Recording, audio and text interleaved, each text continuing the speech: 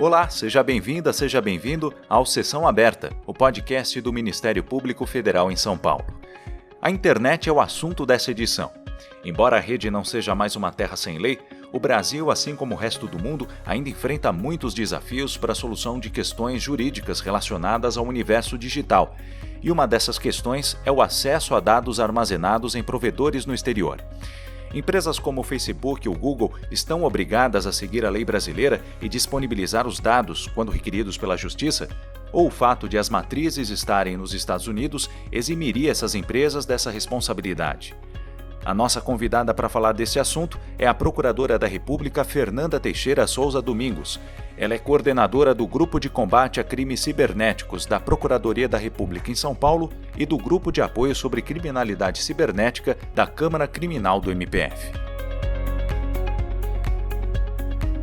Bom, o ponto central nesse debate é a jurisdição, né? Qual que é o alcance que o sistema jurídico brasileiro tem sobre os dados que são armazenados em provedores no exterior.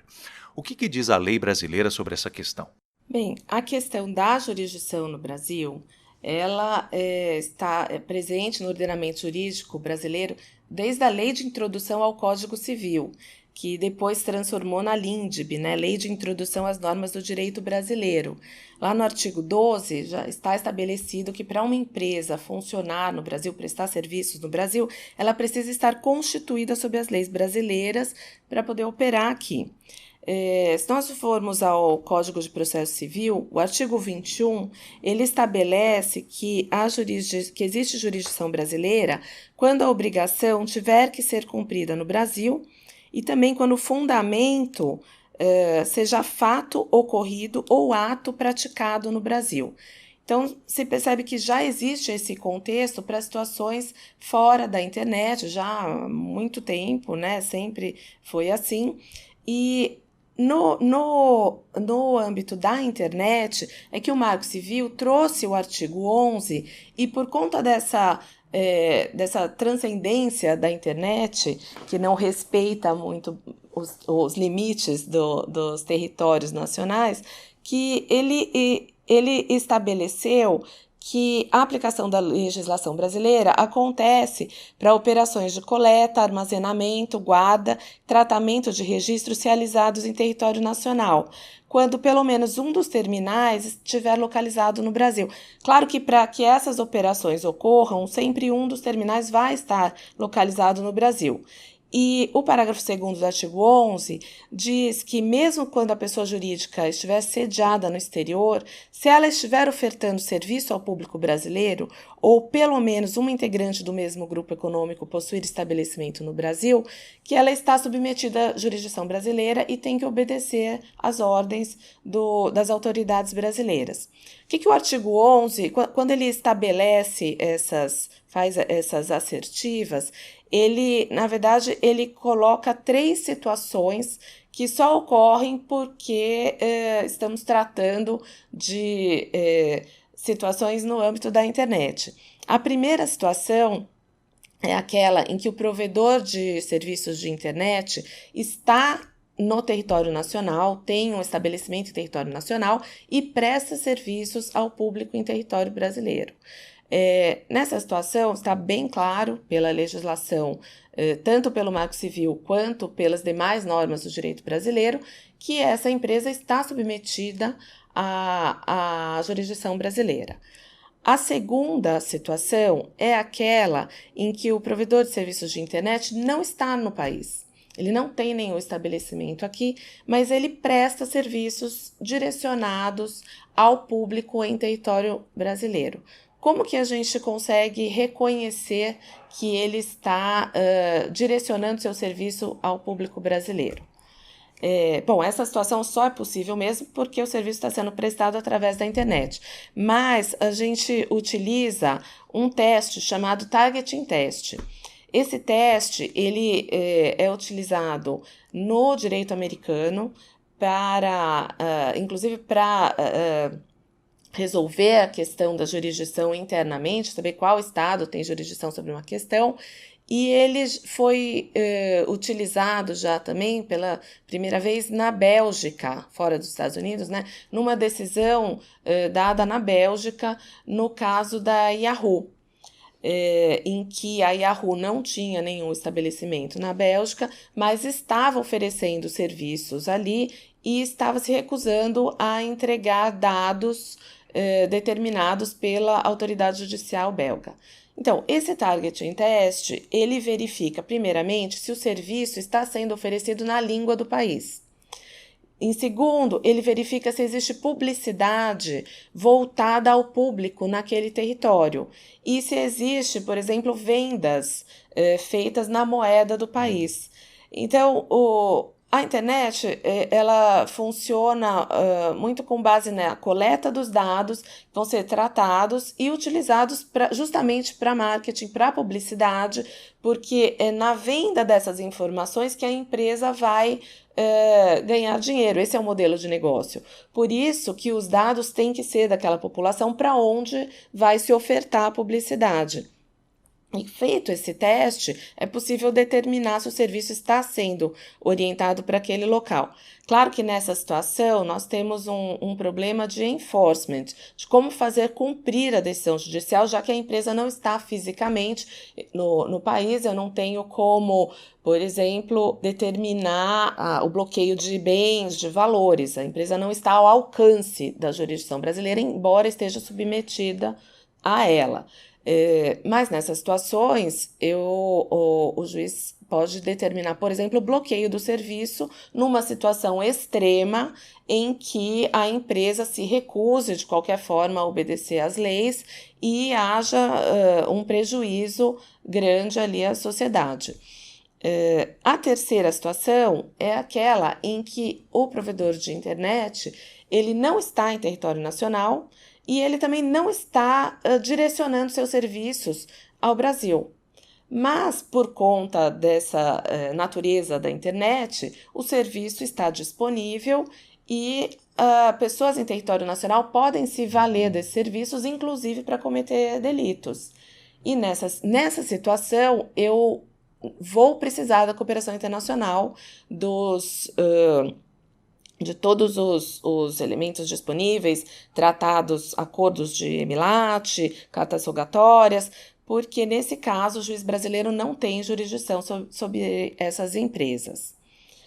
Dessas três situações que eu mencionei, que o artigo 11 acaba tratando, na verdade, a que deveria ser mais pacífica, que a legislação está mais clara, é a que que tem suscitado mais questões, que é aquela em que o provedor está no país, tem uma filial e presta serviços ali, mas os provedores americanos, eles dizem que estão submetidos à lei americana e que, portanto, quem teria a obrigação de fornecer dados, né, seria a empresa matriz, e como a matriz está nos Estados Unidos, então ela estaria submetida à lei americana e não à lei brasileira, embora a filial esteja no Brasil. Bom, o Brasil está hoje no mesmo patamar de debate dos outros países, né? O mundo inteiro enfrenta problemas semelhantes. Qual que é a sua avaliação sobre esse panorama internacional? Como é que estão os debates? Existe algum porto seguro, por assim dizer, ao qual as autoridades nacionais podem recorrer? No panorama internacional, nós temos, primeiramente, né, o primeiro dispositivo legal que nós temos é a Convenção do Crime Cibernético, a Convenção de Budapeste, onde, no artigo 18, ela estabelece já ali que se a empresa prestadora de serviços de internet está presente no país, tem um estabelecimento e presta serviços ao país, ela deve sim se submeter à jurisdição do país e entregar todos os dados, seja eles dados cadastrais, dados de tráfego, logs de internet ou conteúdo. E também já traz o segundo dispositivo que se a empresa não está presente no país, mas presta serviços, ela tem que entregar pelo menos os dados de IP, os dados cadastrais e os dados de IP. O que acontece? A convenção traz um arcabouço jurídico mínimo, onde os países membros podem se apoiar a partir dele, e a partir dele suas legislações podem ultrapassar aquilo que foi o mínimo acordado. Como são muitos países, inclusive os Estados Unidos é um país signatário da convenção, o mínimo que se conseguiu até agora, por enquanto, acordar foi essa questão de que se a empresa está no país e presta serviços, ela tem que entregar todos os dados, e se ela não está no país, mas ela presta serviços, pelo menos os dados cadastrais e os IPs. A questão aí é a interpretação quanto à presença no país, porque pela legislação brasileira, não se exige que seja a sede da empresa. Qualquer estabelecimento integrante do grupo econômico, inclusive pode ser outra empresa, como é o caso do WhatsApp, que é outra empresa, mas integra o grupo econômico do Facebook. Então, todo o grupo econômico, se o grupo econômico tiver um estabelecimento no país, ela já está esse grupo econômico já está submetido à legislação brasileira. A interpretação dos Estados Unidos sempre foi pela empresa matriz, porque, na verdade, os grandes provedores de internet são americanos e eles as autoridades americanas nunca tiveram problema na obtenção desses dados, até o caso Microsoft Irlanda, quando a Microsoft Irlanda, estabelecida na Irlanda, se recusou a entregar às autoridades americanas uma informação referente a um dado armazenado na Irlanda. Quando isso aconteceu, as autoridades americanas se deram conta de que não era possível essa alegação. Afinal, esses dados podiam ser obtidos a partir do território americano, com um simples apertar de tecla. Então, não importa onde o dado estivesse. E eles têm, a partir daí, falaram, o critério a ser utilizado tem que ser o critério do controle do dado. Porém, eles não se atentaram para a necessidade de, junto com o critério do controle, estabelecer o critério dos efeitos do serviço, justamente porque as maiores empresas são americanas e só com esse critério do controle eles já obtêm as informações. Mas logo eles também vão se defrontar com esse problema quando outros provedores estrangeiros oferecerem serviços aos Estados Unidos e não estiverem submetidos à legislação deles por não terem a sede lá. Então, esse critério da prestação de serviços é um critério que já estava previsto na Convenção de Budapeste, foi adotado na sua integralidade pelo Marco Civil da Internet, incluindo todos os dados, não importa a natureza, se é dado cadastral, se é IP, se é log, se é conteúdo. Nessas situações em que não importa se existe, nem mesmo se existe um estabelecimento ou não, porque o que importa é a prestação do serviço. Esse critério foi adotado pela proposta da União Europeia do e-Evidence, que vai ser, claro, depende de aprovação ainda, mas que vai ser o marco civil da União Europeia.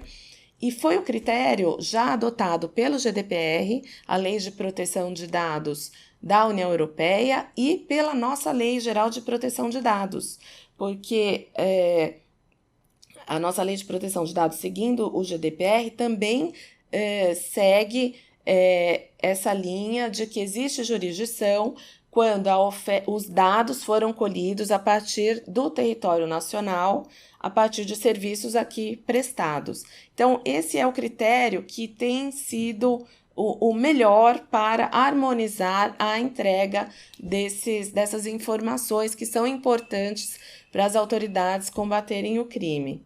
Está prevista para acontecer no mês que vem, em fevereiro, uma audiência pública no Supremo Tribunal Federal sobre uma ação declaratória de constitucionalidade, uma ADC, que tramita no STF, que trata justamente dessas questões. Eu queria que a senhora explicasse do que se trata essa ação, de onde ela surgiu, quais os interesses em jogo e qual é a sua posição nesse debate, uma vez que a senhora também vai participar dessa audiência pública. A ADC 51, ela acabou surgindo a partir de várias decisões que os juízes brasileiros começaram a dar na recusa de entrega de conteúdo por empresas americanas. Então, a partir da recusa da entrega de conteúdo, foram sendo aplicadas as sanções previstas no artigo 12 do Marco Civil, entre elas, né, a primeira delas é a advertência, a segunda delas é a multa. E essas multas foram se avolumando até que a Associação dos Provedores de Internet, a ACESPRO, juntamente com algumas empresas que entraram de amicus curiae, entre elas o Facebook, que é uma das empresas que tem um valor grande dessas multas acumulado, pedindo que o STF diga que para a entrega de conteúdo não se deve utilizar o artigo 11 do Marco Civil, e sim que é necessária a cooperação internacional, de forma que é necessário utilizar ou o acordo o Mutual Legal Assistance com os Estados Unidos, o MLAT, ou cartas rogatórias previstas na legislação brasileira, dizendo que justamente isso, dizendo que como as sedes dessas empresas são nos Estados Unidos, somente a sede tem o controle desses dados, somente a sede poderia entregar os dados às autoridades, né, demandantes, e que, pela legislação americana, a sede está submetida à lei americana, precisa de uma decisão de um juiz americano para que eles entreguem esse conteúdo. Nós dizemos que não, porque a legislação brasileira é muito clara e que mesmo esse critério do controle é uma falácia, porque as filiais, né, os outros demais estabelecimentos que estão em território nacional, eles podem não ter um controle imediato, mas eles integram o grupo econômico da empresa e eles têm condições de obter esses dados. Então, é uma coisa muito diferente. Se fosse uma empresa totalmente desligada da empresa principal, mas não é o caso. O estabelecimento que está no Brasil, inclusive, no caso do Facebook, eles dizem que o Facebook Brasil só é uma empresa de marketing. É tão interligada a questão que o Facebook Inc., que é a americana, presta os serviços aos brasileiros, recolhe os dados dos brasileiros ou das outras pessoas, o critério não é a nacionalidade, mas sim a presença em território nacional, de todas as pessoas em território nacional que usam os seus serviços e repassam esses dados ao Facebook Brasil, que é a tal empresa de marketing, que vai aí sim, nesse modelo de negócio, auferir lucro a partir desses dados. Ou seja, é totalmente interligado o negócio. E é óbvio que a obtenção dos dados é possível a partir do estabelecimento que está no Brasil. Então, assim, é uma alegação que não faz o menor sentido e é uma alegação muito perigosa, inclusive, porque os Estados Unidos, eles têm, a sua primeira emenda, o direito à liberdade de expressão como um corolário e que tem uma amplitude maior do que a liberdade de expressão prevista no direito brasileiro. Na Constituição brasileira, o princípio da liberdade de expressão, ele tem sempre que estar em proporcionalidade com os demais princípios. Então, por isso que nós temos os delitos de discriminação e preconceito, nós temos delitos contra a honra, porque esses delitos, eles significam um limite à liberdade de expressão. Mesmo nos casos de pedidos via MLAT de cooperação internacional, os pedidos que pedem conteúdo para processar crimes de discriminação e preconceito nunca são respondidos, porque pela legislação americana, de acordo com a Constituição deles, eles não podem fornecer esses dados, não podem ser utilizados para apenar um crime que eles não têm.